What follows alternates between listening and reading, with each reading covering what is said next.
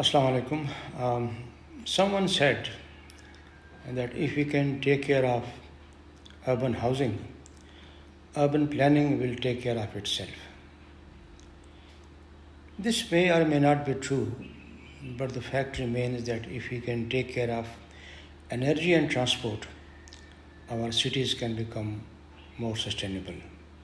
I will elaborate this in a while, but first, let's try to understand the concept of urban sustainability.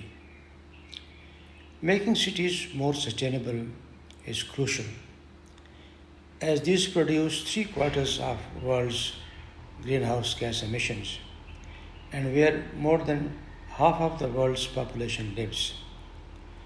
By the end of this century, that proportion will rise to around three quarters. Now, sustainable development is meeting the needs of the present without compromising the needs of the future generations.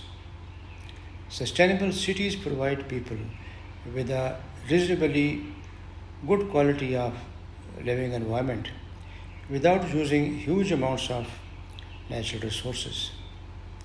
How can natural resources be used in a more sustainable way? There are many ways to achieve sustainability. In the beginning, I mentioned energy and transport. In terms of energy, reducing reliance on fossils is really the critical challenge to sustainability. We urgently need to reduce energy use in buildings and for transport by using new technologies. Cities need to produce their own renewable energy, for example, by encouraging homeowners to install solar panels on their roofs. Similarly, mobility in cities involves getting people out of their cars by promoting other forms of transport.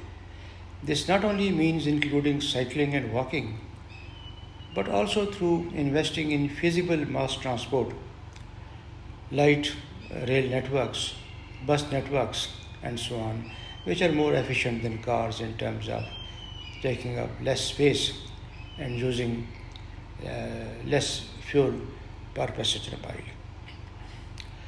Our cities are expanding across large areas, resulting in spread of low density suburban housing and large distances. The result of this essentially is that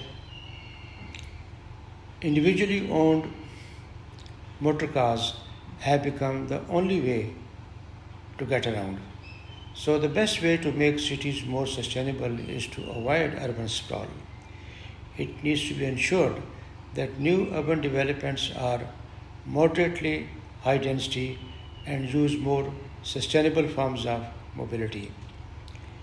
As I said earlier, buildings use the majority of energy in cities, and this applies equally whether we are in cold climate or hot climate. In warmer climates like ours, air conditioning is a major consumer. So, a key priority for cities is to encourage more energy efficient buildings.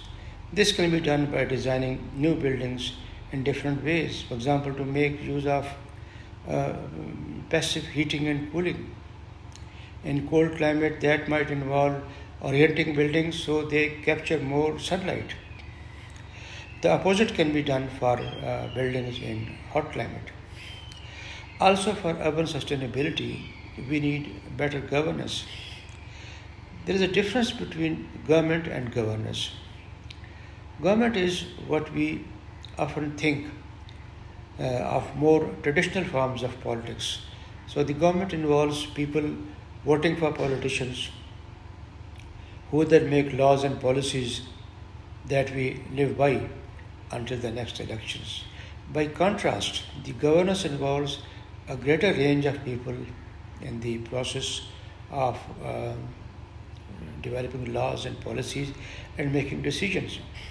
It recognizes that effective responses to tricky challenges like climate change which we have never dealt before, require the inputs and opinions from a wider range of groups.